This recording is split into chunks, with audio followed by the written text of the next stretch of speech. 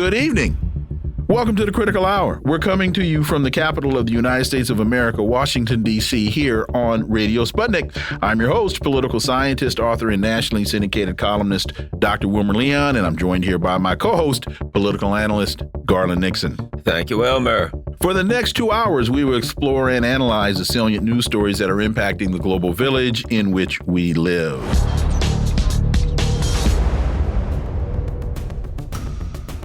The G7 kicked off today with the traditional group photo on the beach at Carbis Bay, England, properly socially distanced, of course.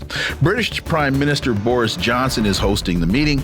They claim to be focusing on ambitious issues such as the protection of democracy and the mitigation of climate change. But to me, it really appears to be focused on how to maintain settler colonial hegemony with the U.S. being the unitary power. For insight into this, we turn to our first guest. It's Friday, so we're going to kick off the show the way we always do. He's a widely acclaimed speaker, writer, journalist, and political analyst. He has traveled extensively in the Middle East and in Latin America and is a resource for a number of major news outlets. His latest book is Kamala Harris and the Future of America, an essay in 3 parts. I've read the book.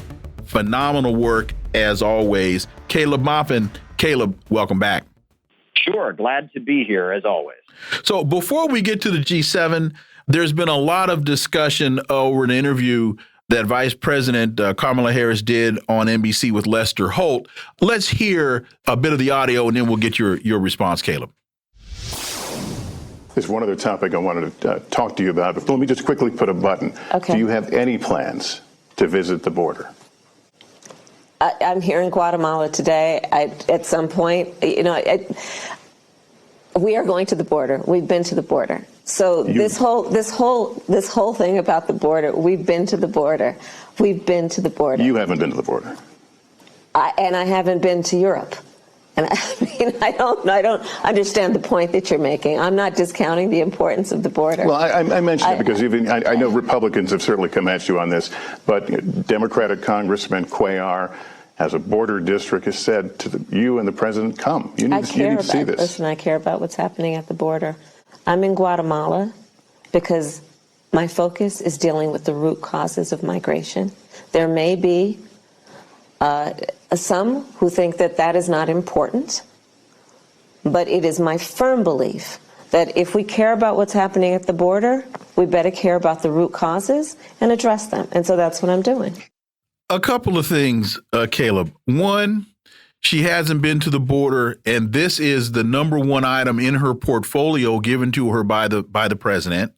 Number two, God bless Lester Holt, because he showed some chutzpah and some cojones that I never thought he'd show, pushing back. Hey, you haven't been to the border.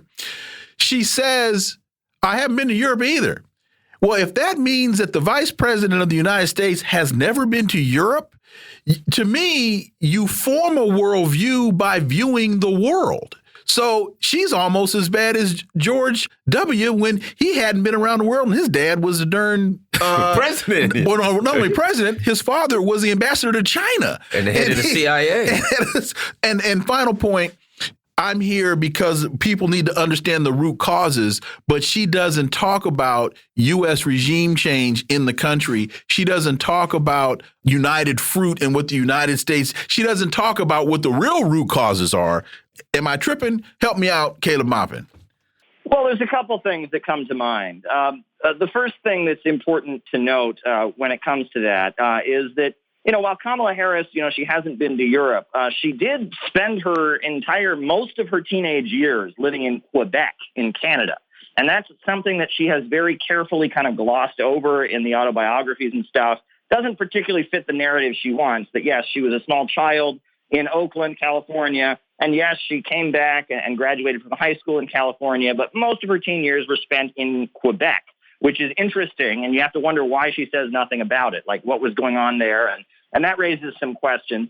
But, when you listen to that interview, one very common thing, and I think many people have caught on to this, is that when, Kamala Harris doesn't like being challenged. She really doesn't like being challenged. And it makes her quite angry. And the way she deals with being challenged in interviews is she laughs. She has been trained, probably by PR people, to turn her anger into laughter. There's a clip, where Colbert asked her about how, why are you campaigning for Joe Biden after you called him a segregationist? And she just laughs nervously. She doesn't like being challenged and says, it was a debate. It was a debate.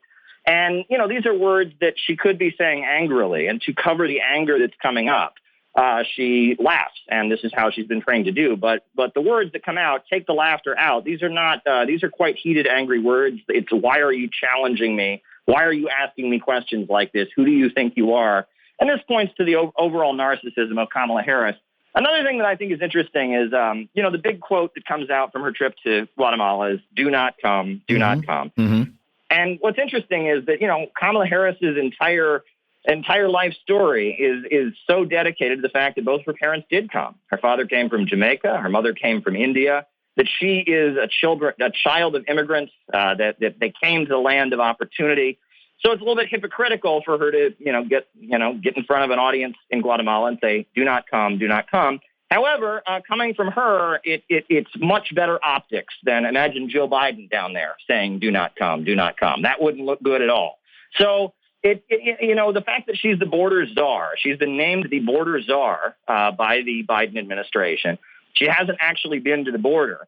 And the administration has said, well, that would be purely symbolic. You have to wonder, is there nervousness about putting Kamala Harris in the same room as some of these folks seeking asylum? Is there nervousness about what would happen in such a photo op? And is there a feeling that maybe Kamala Harris doesn't want to be photographed next to the non-cages that migrant children are being held in, and you have to wonder about that. And again, a lot of politics nowadays is purely media framing. It's purely made for TV politics. And so for some reason, they have determined that it would not be good made for TV politics to have Kamala Harris at the border.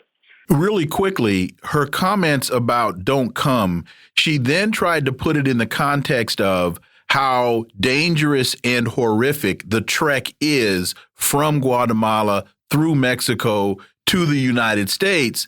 And that seems to be totally ignoring, if you're willing to risk life, limb, and child to take that horrific trek, how horrific must your reality be? So she totally, it's almost as though she views this as, folks just wake up in the middle of the night in Guatemala and say, you know what I think I'm going to do when I get out of here tomorrow? I think I'm going to the United States because I ain't got nothing else better to do. To put it in the context, it's as though being kidnapped in Guatemala, being shot by drug gangs in Guatemala, that doesn't exist. Caleb Maupin. Indeed. And I mean, neighboring Honduras, the situation there with the highest murder rate in the world is largely due to the actions of the Hillary Clinton State Department. And these drug cartels that have just been a curse on that region since the 1980s, we know that they are largely the product of the U.S., Contra War and the guerrilla war in El Salvador, the efforts to overthrow socialism in Nicaragua, and the arming of paramilitary forces in El Salvador, the arming of paramilitary forces and anti-communists in Colombia.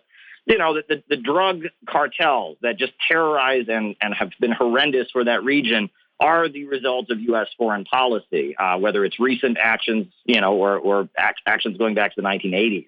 That doesn't want to be acknowledged. And that, again, okay, it's good that we're talking about the root causes of migration, but to go down there and just lecture these countries just have a problem with corruption.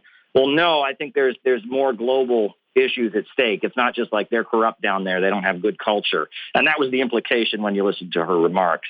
Well, one of the things I wanted to touch on, and just on those last couple of things, I'll say one thing. Number one, I in looking at the interviews with her, I just think to myself, she wouldn't be a very good presidential candidate because she has very poor political skills. A politician, a good politician, you can ask them any question in the world and they can duck out of it so smoothly. You'll be scratching your head at the end saying, did he or she answer that question? Bill Clinton. Right. Obama, there's so many of them that could do it. At the end, you don't even know if they answered it or not. She stumbled, she fumbled, she bumbled, she fumbled the ball. She didn't get to the half. And did not recover. exactly. Yeah, right, out of line.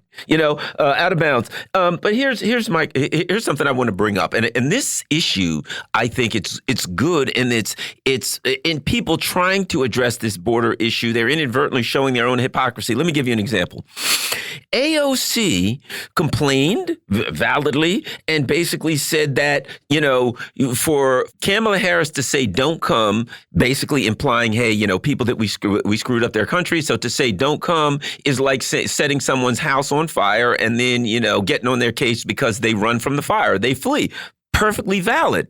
What she left out was that right now she is Twitter friends with Juan Guaido. She follows Juan Guaido. When asked whether or not she supported regime change in Venezuela, she said, I will defer to the leaders of the party who support regime change. She met with the regime change monsters after the coup in Bolivia. So while AOC is accurate in her depiction of the don't come comment as, ignoring the reality of what the U.S. imperialism has done. When in the past, when you look at AOC, this very minute, she's supporting the same exact policies that will produce a similar outcome in the future. Your thoughts on that?